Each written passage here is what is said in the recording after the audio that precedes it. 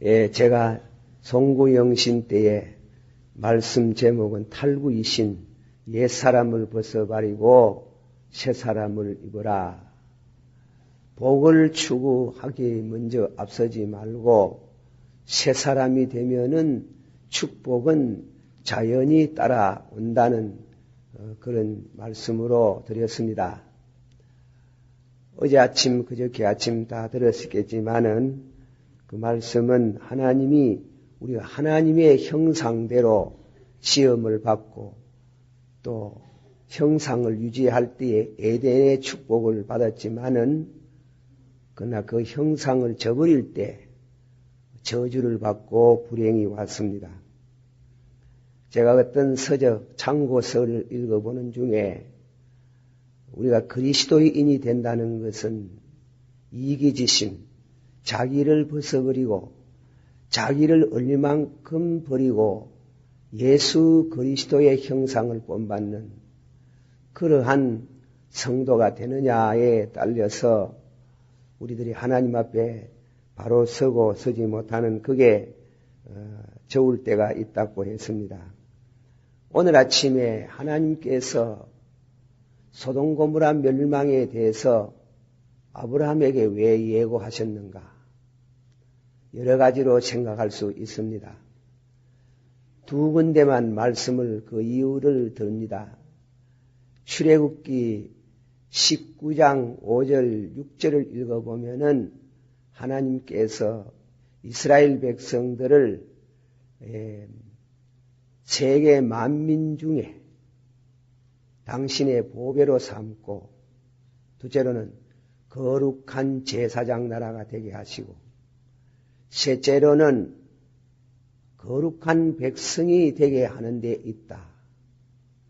그 세 가지 중에 특별히 우리가 관심을 두고 이 말씀과 연결되는 것은 거룩한 제사장. 베드로전서 2장 9절에 보면 너희는 왕같은 거룩한 제사장이라. 왕같은 제사장이라. 하나님께서 이 세상을 사랑하시고 독생자를 주셨으니 누구든지 저를 믿으면 멸망치 않고 영생을 얻는다.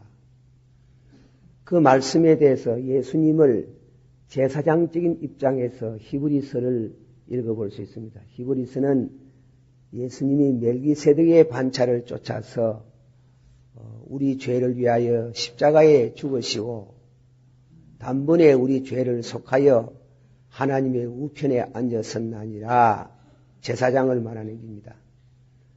그 제사장, 단 한 분만 되는 하나님과 우리 사이에 중보자가 되는 유일한 제사장 한 분이지만은 우리도 적은 제사장으로 우리를 불러주시고 세워주십니다.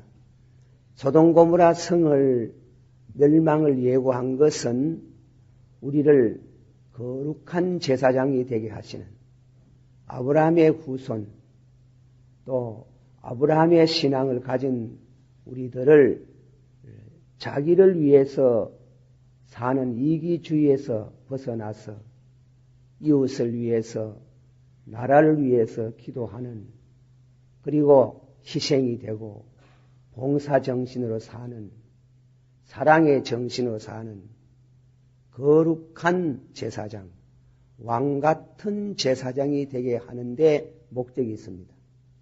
그런 때문에 우리 믿는 성도들은 다른 사람이 죄짓고 멸망의 길을 가는 거 그 뭐 어쩔 수 없지 그런 식으로 보고 버리는 것이 아니고 우리로 하여금 왕같은 제사장을 삼아서 그들에 대한 영혼에 대해서 또한 관심을 갖게 하고 기도하게 하시는데 목적이 있습니다.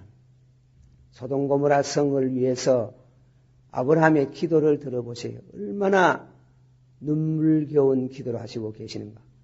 의인하고 악인하고 멸하면 되겠습니까? 의인 50명 있으면 어떻게 하시겠습니까? 45인이 있으면 어떻게 하시겠습니까? 40명이 있으면 어떻게 하겠습니까? 의인하고 악인하고 같이 멸하실랍니까? 30명, 20명, 10명, 10명이 없어서 기도는 중단하고 말았지만은 아브라함은 아주 그 소돔성을 위해서 자기하고 뭐 아무런 상관도 없는 사람들이지만은 그러나 그들에 대한 멸망의 예고를 듣고 또 예고를 주신 것은 기도하게 하시는 왕같은 제사장이 되게 하시는 데 있습니다. 그러므로 옛사람을 벗어버리고 새사람을 입으라 하는 그 가운데는 우리가 왕같은 제사장으로 새로 거듭나는 백성이 되라 하는데 중요한 목적이 있습니다. 사랑하신 성도 여러분들, 하나님은 역사를 혼자 동무대로 섭리하시지만은 결코 혼자 하시지 아니하고 무슨 일을 하려면 당신의 택한 백성, 왕같은 거룩한 제사장에게 미리 예고를 하십니다. 성경을 한번 읽고 그만두겠습니다. 본문의 18절 우리 한번 읽어보십시다. 18절에 있는 말씀 17절부터 18절 다 같이 여호와께서 가라사대 나의 하라는 것을 아브라함에게 숨기겠느냐? 아브라함이 각자 나라가 되고 천하 만민은 그를 인하여 복받게 될 것이 아니냐. 아멘. 하나님께서 여기에 말씀 여호와께서 가라사대 나의 하라는 것을 아브라함에게 숨기겠느냐 했습니다. 우리가 참 영감 있는 거룩한 제사장은 나라에 되어질 일들, 우리 가정에 되어질 일들을 하나님 미리 가르쳐 준답니다. 가르쳐 주어서 예언자 노릇을 하는 것으로 끝나는 게 아니고 거룩한 제사장이 되도록 기도할 수 있도록 하나님은 그 기도를 들으시고 그리고 축복해 오시는 것을 믿으시기를 바라는 것입니다. 새 사람은 거룩한 제사장이 되어야 됩니다. 새로운 직무를 우리에게 주십니다. 그런 의미의 말씀을 우리가 묵상을 합니다. 한 군데 우리들을 요한복음 15장을 찾아봅시다. 요한복음 15장 15절 말씀입니다. 15절 말씀 다 같이 15장 15절 시작. 이제부터는 너희를 종이라 하지 아니하리니 종은 주인의 하는 것을 알지 못함이라. 너희 친구라 하였노라. 내가 내 아버지께 들은 것을 다 너희에게 알게 하심이라. 그 말씀 중에 우리를 친구로 삼고 내가 내 아버지께 들은 것을 다 너희에게 알게 하였습니다. 아멘. 하나님께서 우리 역사에 되어지는 일을 주의 종들에게 가르쳐 주시고 예언자적인 자질도 주시는 동시에 거룩한 제사장이 되게 하십니다. 우리는 그런 직무를 새 사람으로서의 새로운 직무에 대한 의식을 가져야 됩니다. 그리고 이제 결론으로 말씀드리는데 소돔 고모라는 결국 멸망을 받았습니다.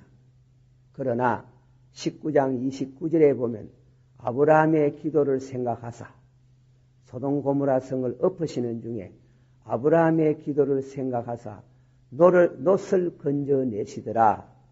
제사장의 기도를 헛되이 하나님이 듣지 아니하시고 소돔 고모라 성에 있는 놋을 구원하시더라. 그런 큰 축복을 주셨습니다. 여러분의 가정에 믿음이 다 복음화되면 얼마나 좋겠습니까? 복음화되는 순간에 책임이 있어요. 가까이 멀리 있는 친척들, 친지들, 그들을 위한 그런 왕같은 제사장의 사명이 있는 것을 알아야 됩니다. 나라가 뭐 어떻게 되든지 그런 거 아닙니다. 어떤 신학자가 말하기를 우리는 아침에 일어나서 한 손에 성경을 들고 한 손에는 신문을 들고 읽다가 성경을 읽다가 신문을 보다가 우리는 기도해야 된다. 기도의 사람, 거룩한 제사장이 되어야 된다.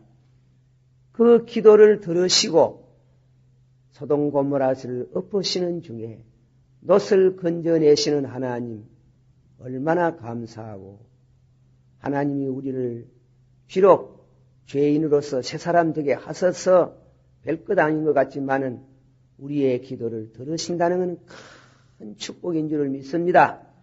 기도하십시오.